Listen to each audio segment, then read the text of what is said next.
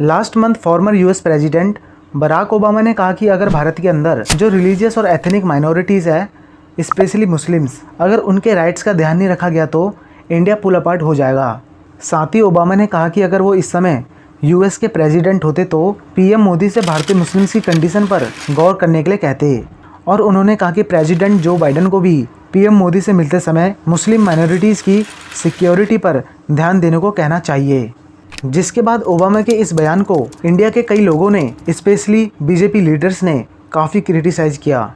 If you do not protect the rights of ethnic minorities in India, there is a strong possibility India at some point starts pulling apart. Finance minister Nirmala Sitharaman ने Obama को criticise करते हुए कहा कि उनकी टिप्पणी surprising थी, क्योंकि उनके टेन्योर के दौरान 6 मुस्लिम मेजॉरिटी कंट्रीज को यूएस बॉम्बिंग का सामना करना पड़ा था। पॉपुलेशन डोमिनेंट है, बॉम्बिंग हुई उन्हीं के कारण। बीजेपी नेता नकवी ने फॉर्मर यूएस प्रेसिडेंट पर निशाना साधते हुए कहा कि अगर कोई भारत के बारे में बैड प्रोपोगेंडा फैलाएगा तो कोई भी इस पर बिलीव नहीं करेगा। साथ ही उन्होंने कहा कि आज इंडियन सोसाइटी में सभी वर्ग डेवलप कर रहे हैं, जिनमें माइनॉरिटीज भी शामिल है।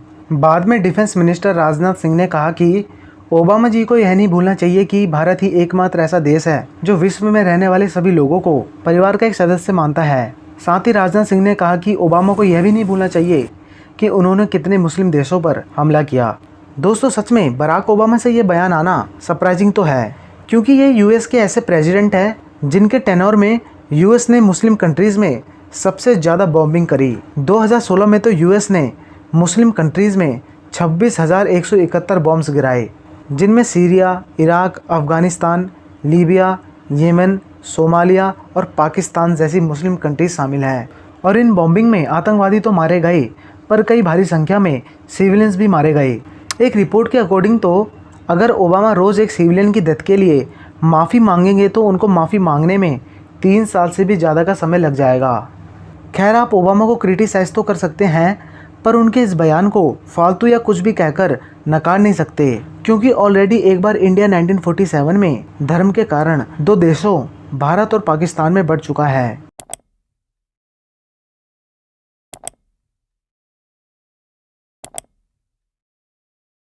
मैं ओबामा की इस बात से सहमत नहीं हूँ कि मुस्लिम माइनॉरिटीज़ पर ध्यान नहीं दिया गया तो भारत के टुकड़े हो सकते हैं, पर हाँ, देश में तनाव की स्थिति ज़रूर पैदा हो सकती है, क्योंकि भारत में हिंदू मुस्लिम की ये लड़ाई आज से नहीं बल्कि बहुत पहले से चलते हुए आ रही है। तो चलिए दोस्तों, जानते हैं कि इस संघर्ष की शुरुआत कब और कहाँ से हुई और क्यों आज भी इन दोनों समुदाय के लोगों के बीच ये संघर्ष देखने को मिल रहे हैं। द रिवोल्ट ऑफ 1857, जो कि हिंदू मुस्लिम यूनिटी का सबसे बढ़िया एग्जाम्पल है। इस रिवोल्ट में बहुत से हिंदू और मुस्लिम राजाओं ने साथ में मिलकर कंपनी रूल के अगेंस्ट फाइट की। रानी लक्ष्मीबाई, कुंवर सिंह, नाना साहेब, बेगम हजरत महल, तात्या तोपे और बख्त खां, इन सब ने बहादुर शाह जफर को अपना लीडर स्वीकार किया।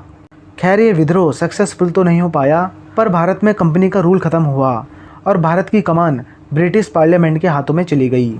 लेकिन इस रिवोल्ट के बाद ब्रिटिशर्स काफ़ी डर गए थे, क्योंकि वो जानते थे कि ऐसे और विद्रोह हुए तो जल्द ब्रिटिश शासन समाप्त हो जाएगा। इसलिए ब्रिटिशर्स ने अपनी डिवाइड एंड रूल की पॉलिसी अपनाई। 19वीं शताब्दी के अंत के दौरान सैयद अहमद खान ने 2 नेशन थ्योरी दी। इन्होंने कहा कि मुस्लिम्स खतरे में हैं। अगर ब्रिटिशर्स भारत छोड़कर चले जाएंगे तो हिंदू मुस्लिम्स पर अत्याचार शुरू कर देंगे, इसलिए मुस्लिम्स के लिए अच्छा है कि वो ब्रिटिशर्स को सपोर्ट करे। इनके भड़काऊ भाषणों और 2 नेशन थ्योरी ने लोगों को काफ़ी प्रभावित किया, जिस कारण 1906 में एक party all Indian Muslim league की स्थापना हुई और ब्रिटिशर्स ने इसका काफ़ी सपोर्ट किया। मुस्लिम लीग ने माल्य मिंटो सुधार या भारतीय परिषद अधिनियम 1909 में मुस्लिम समुदाय के लिए पृथक प्रतिनिधित्व यानी सेपरेट इलेक्टोरेट्स की डिमांड करी। मतलब कुछ ऐसी सीटें होंगी जहां पर सिर्फ मुस्लिम कैंडिडेट्स ही चुनाव में खड़े होंगे और मुस्लिम वोटर्स ही उनके लिए वोट डाल सकते हैं। कांग्रेस इसके सख्त विरोध में थी। उस समय मोहम्मद अली जिन्ना भी इसके अगेंस्ट में थे, क्योंकि जिन्ना उस समय तक आईएनसी के नेता थे। पर 1913 में ऑल इंडिया मुस्लिम लीग को ज्वाइन करने के बाद उन्होंने भी 2 नेशन थ्योरी को सपोर्ट किया, जिससे हुआ ये कि 1915 में मदन मोहन मालवीय ने अखिल भारतीय हिंदू महासभा की स्थापना करी, क्योंकि हिंदू समुदाय को लगने लगा कि हमारे लिए तो कुछ हो ही नहीं रहा। बाद में मॉन्टेग्यू चेम्सफोर्ड भारत शासन अधिनियम 1919 में सेपरेट इलेक्टोरेट्स की सेम व्यवस्था जो मुस्लिम्स के लिए की गई थी, वो सिख्स, ईसाई और एंग्लो इंडियंस के लिए भी की गई। बाद में 1925 में केशव बलिराम हेगड़ेवार ने एक हिंदू ऑर्गेनाइजेशन की स्थापना की, RSS यानी राष्ट्रीय स्वयंसेवक संघ। 1920 तक जहां कुछ मुस्लिम्स कह रहे थे कि वो खतरे में हैं, अब वहीं कुछ हिंदूज़ भी कहने लगे कि वो खतरे में हैं, और यहीं से हिंदू मुस्लिम रिलीजन का एक दूसरे के साथ संघर्ष शुरू हुआ। 1930s तक इंडिया में 3 आइडियोलॉजीज स्थापित हो चुकी थी, हिंदू नेशनलिज्म, मुस्लिम नेशनलिज्म और इंडियन नेशनलिज्म, जो कि 1947 में हुए बंटवारे का भी मेन रीज़न था। तो दोस्तों, तनाव या संघर्ष की शुरुआत कैसे हुई ये तो हमने जान लिया, लेकिन अब जानते हैं कि क्यों आज भी दोनों समुदाय के बीच तनाव या संघर्ष पैदा हो जाता है। आज हिंदू राष्ट्रवादी और मुस्लिम राष्ट्रवादी विचारधाराओं में कुछ बदलाव आ चुका है। जैसे इंडिपेंडेंस से पहले मुस्लिम राष्ट्रवादी विचारधारा में एक नए मुस्लिम देश की मांग हुई थी, पर आज ये विचारधारा धार्मिक कट्टरता में परिवर्तित हो चुकी है। उसी प्रकार हिंदू राष्ट्रवाद की विचारधारा में भी परिवर्तन हुआ, जो कि हिंदुत्व की विचारधारा को भारत में लागू करवाना चाहते हैं। साथ ही हिंदू राष्ट्रवादी विचारधारा भी धार्मिक कट्टरता में परिवर्तित हो गई। हिंदू नेशनलिज्म के सबसे बड़े एग्जाम्पल हैं विनायक दामोदर सावरकर, जिन्होंने हिंदुत्व शब्द को पॉपुलर किया। सावरकर के लिए हिंदू वह है जो भारत को अपनी मातृभूमि, अपने पूर्वजों की भूमि या अपनी पवित्र भूमि मानता है। साथ ही उनका मानना था कि भारत हिंदुओं की भूमि है, क्योंकि उनकी जाति भारतीय है। भारत में पैदा हुए अन्य धर्म जैसे सिख, बौद्ध और जैन धर्म, ये भी सावरकर के लिए हिंदू है, पर भारत से बाहर पैदा हुए इस्लाम और ईसाई धर्म उनके लिए हिंदू नहीं थे। हिंदू नेशनलिस्ट वो लोग हैं जो हिंदू नेशन को सबसे ऊपर रखते हैं और बाकी के धर्मों को एक्सक्लूड करते हैं। वहीं दूसरी तरफ रहमत अली और मोहम्मद अली जिन्ना जैसे मुस्लिम नेशनलिस्ट भी थे, जो इस्लाम को सबसे ऊपर रखते थे और बाकी धर्मों को एक्सक्लूड करते थे, जिस कारण आज भी हिंदू मुस्लिम समुदायों के बीच संघर्ष बना रहता है। और इसमें चिंगारी लगाने का काम करते हैं हमारे पॉलिटिशियंस, धर्म के ठेकेदार और मीडिया। पॉलिटिशियंस अपने भाषणों से लोगों के अंदर देशभक्ति नहीं, बल्कि लोगों की धार्मिक भावनाओं के साथ खेलकर संघर्ष की स्थिति पैदा करती है। आज अधिकतर लीडर्स अपने भाषणों में हिंदू मुस्लिम टॉपिक को जरूर लाते हैं, जिसे वोट बैंक की राजनीति कहा जाता है। इन लीडर्स को हिंदू मुस्लिम किसी से कोई मतलब नहीं होता, इन्हें मतलब होता है तो सिर्फ अपनी सत्ता से।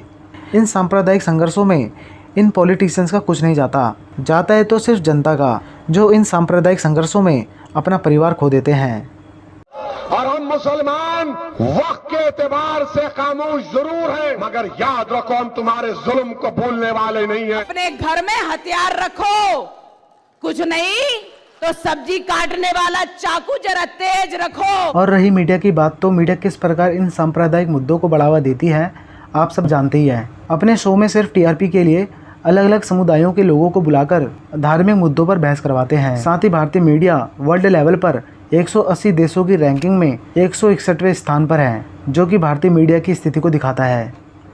ऐसे ही कई धर्म के ठेकेदार हैं जो अपने भड़काऊ भाषणों से लोगों का ब्रेन वॉश करते हैं। साथ ही कई धर्म के ठेकेदार तो अपने धर्म के लोगों को जागने और लड़ने के लिए भी कहते हैं। कायरो जग जाओ, अब सब हिंदू अपने हाथ में हथियार उठा लो। मैं इन सभी कट्टर विचारधारा के लोगों से पूछना चाहता हूँ, क्या सेना में सैनिकों को धर्म के आधार पर चुना जाता है, या आप हॉस्पिटल में इलाज करवाने से पहले किसी डॉक्टर का धर्म पूछते हैं? बचपन में हम स्कूल जाते हैं, जहाँ हर धर्म, हर जाति, हर समुदाय के बच्चे पढ़ने आते हैं, जहाँ बच्चे जाति या धर्म को देखकर दोस्त नहीं बनाते, पर क्यों बड़े होकर उनमें से कुछ बच्चे बदल जाते हैं? क्या इसमें ऐसे पॉलिटिशियंस या ऐसे धर्म के ठेकेदार या कट्टर धार्मिक विचारधाराओं का हाथ नहीं है? दोस्तों, भारत में धर्म काफ़ी सेंसिटिव टॉपिक है। अगर मैं इसमें ज़्यादा बोल गया तो शायद कुछ लोग मुझे भी एंटी हिंदू, एंटी मुस्लिम या देशद्रोही कह दे। मैं आप सभी से बस यही निवेदन करता हूँ कि हिंदू नेशनलिस्ट या मुस्लिम नेशनलिस्ट मत बनिए, बल्कि इंडियन नेशनलिस्ट बनिए। धर्म से ऊपर देश को रखिए। जय हिंद। बता, इसमें मुसलमान का कौन सा, हिंदू का कौन सा? साले बनाने वाले ने इसमें फर्क नहीं किया, तू कौन होता है फर्क करने वाला?